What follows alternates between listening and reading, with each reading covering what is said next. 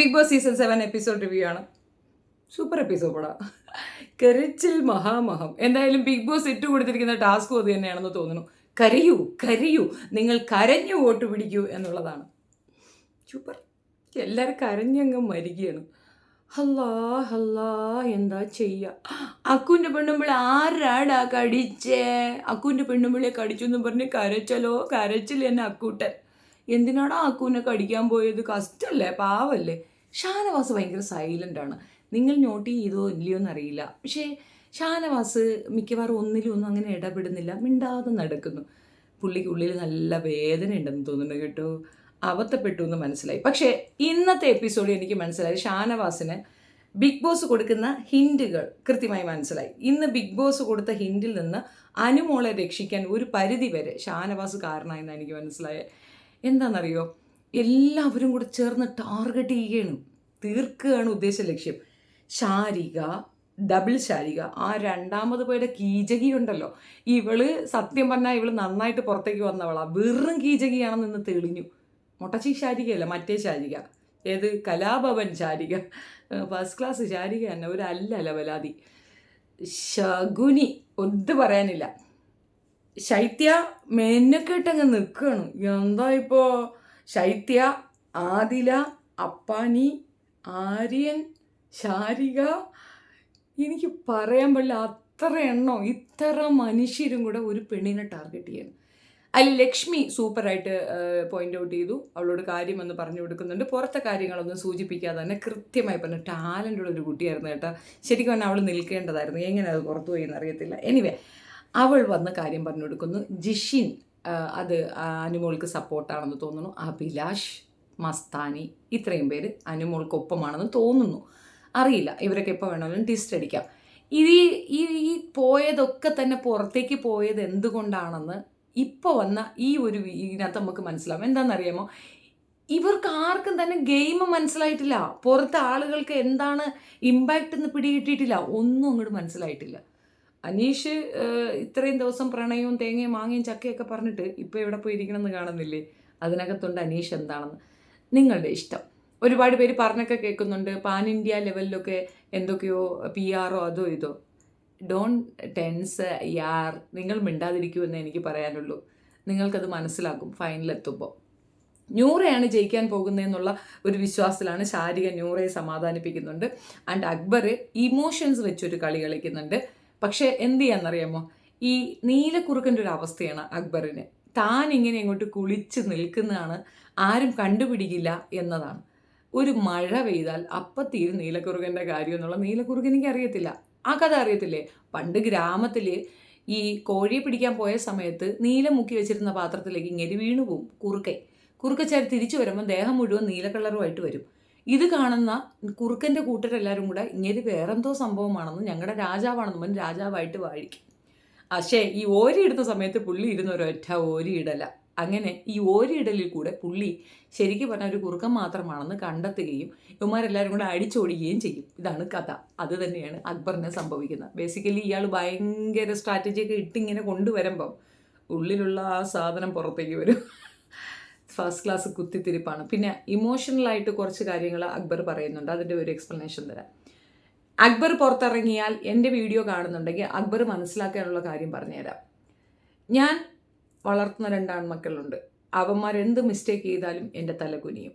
കാരണം ഞാൻ അത്ര കഷ്ടപ്പെട്ട് വളർത്തുകയാണ്. ഓരോ അമ്മമാരും അതേ കഷ്ടം അനുഭവിച്ച് വളർത്തുന്നതാണ്.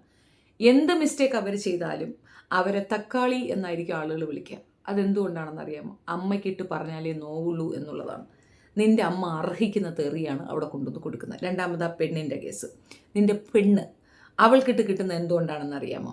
ആ സ്ത്രീ അവിടെ വന്നപ്പോൾ ഒരു സൂചനയെങ്കിലും നിനക്ക് തന്നിട്ടുണ്ടായിരുന്നെങ്കിൽ അവൾക്ക് ഇത്രയും തെറി കേൾക്കത്തില്ലായിരുന്നു. നിൻ്റെ അമ്മയ്ക്കൊരു പെർമിഷൻ കിട്ടി, ചീത്ത വിളിക്കല്ലേ, കുറച്ച് അടങ്ങേ മോനെ എന്ന് വിളിച്ച് പറയാൻ. എന്നിട്ടും നീ അനുസരിക്കുന്നുണ്ടായിരുന്നില്ല. സത്യത്തിൽ ആ പെണ്ണുങ്ങൾ നിസ്സഹായരായിരിക്കാം. പക്ഷെ എന്ത് ചെയ്യാം, നമുക്കിപ്പോൾ ടാർഗറ്റ് ചെയ്യാവരല്ലേ പറ്റുള്ളൂ. അതുകൊണ്ടാണ് അനുമോൾ പൈസ കൊടുത്ത ആളുകളെ കൊണ്ട് പറയിച്ചെന്നാ പറയണേ.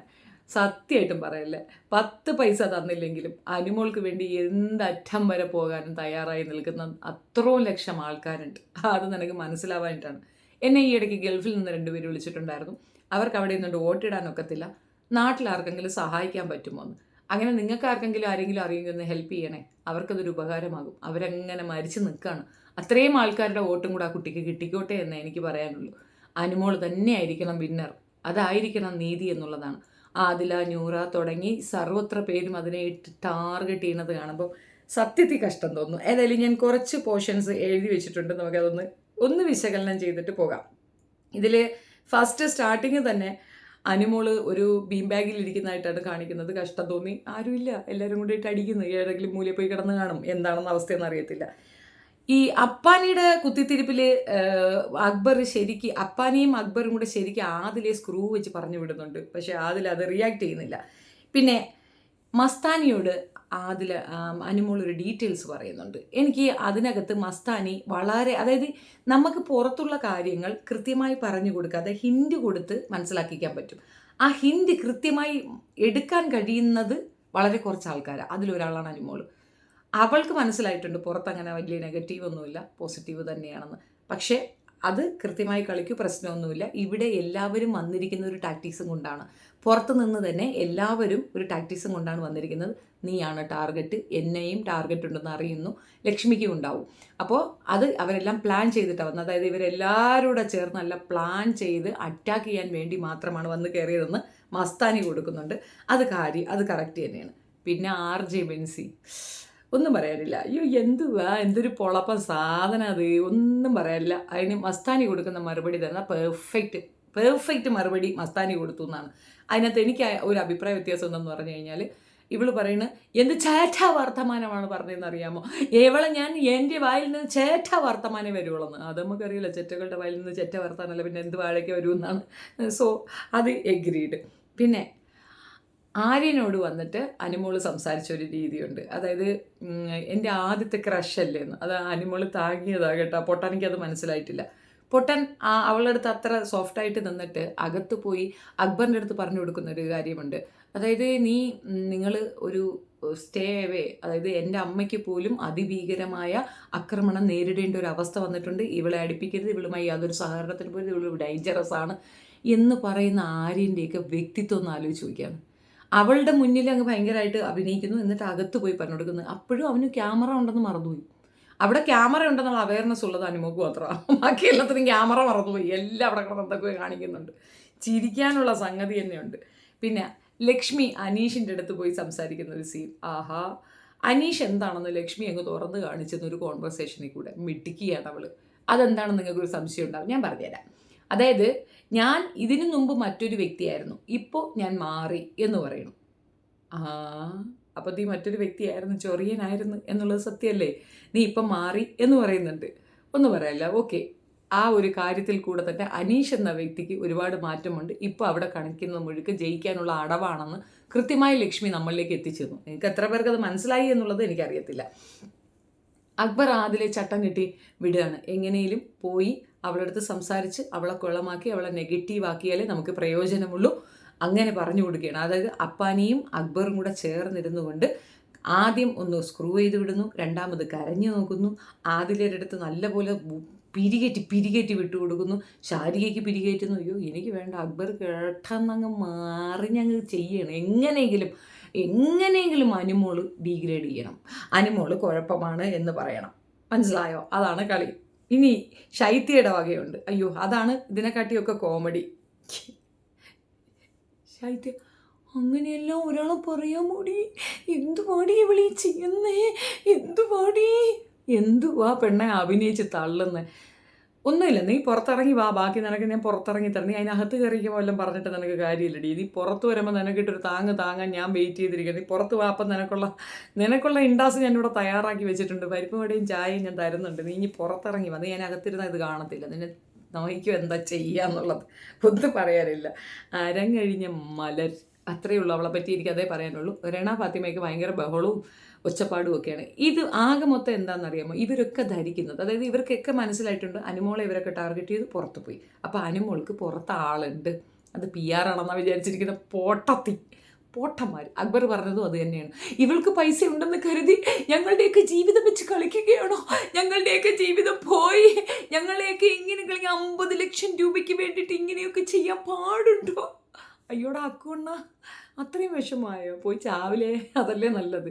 ഇവനെങ്ങാണം കപ്പ് കൊടുത്ത ബിക്കോസേ ഒന്നും പറയുന്നില്ല. ഇത്രയേ ഉള്ളൂ. എപ്പിസോഡ് ഇത്രയായിരുന്നു. സോ കൂടുതൽ അപ്ഡേറ്റ്സുമായി വീണ്ടും കാണാം. നല്ല രസം കേട്ടാ. എപ്പിസോഡ് പോയിരുന്ന് കണ്ടാൽ മാത്രം നിങ്ങൾക്ക് കാര്യം മനസ്സിലാകും. ആകെ മൊത്തം ബഹളമയം. ഫുഡ് ഉണ്ടാക്കുന്നില്ല പരാതിയുമായിട്ട് അനു അവിടെ അങ്ങോട്ട് കിടക്കുന്നു, ഇങ്ങോട്ട് കിടക്കുന്നു, തേരാ നടക്കുന്നു, പാരാ നടക്കുന്നു, ഒറ്റയ്ക്ക് ഇരിക്കുന്നു. അനീഷ് ജിഷിൻ പോയി ഉപദേശിക്കുന്നു. പ്രവീൺ സപ്പോർട്ട് പറയുന്നു, അഭിലാഷ് സപ്പോർട്ട് പറയുന്നു. പ്രവീണിന് നല്ല സങ്കടം ഉണ്ടെന്ന് തോന്നുന്നു. ഞാൻ ലൈവിൽ കണ്ടതാണ് പ്രവീൺ കരയുന്നത്. അവൻ ഔട്ടായി പോകുന്ന ഒട്ടും പ്രതീക്ഷയില്ല.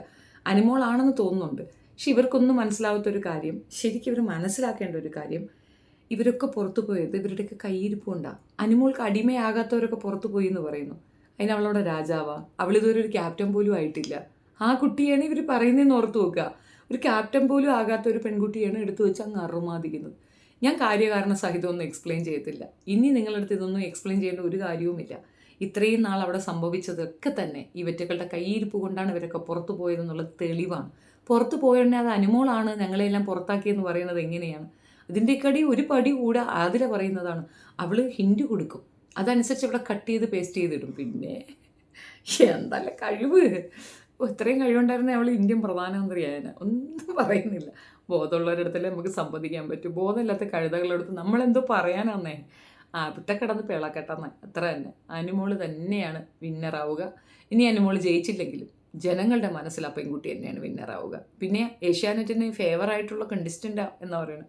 അവിടെ എല്ലാവരും ഏഷ്യാനെറ്റിൽ അഭിനയിച്ചവർ തന്നെയാണ് ഓരോ പ്രോഗ്രാമുകളിലായിട്ട്.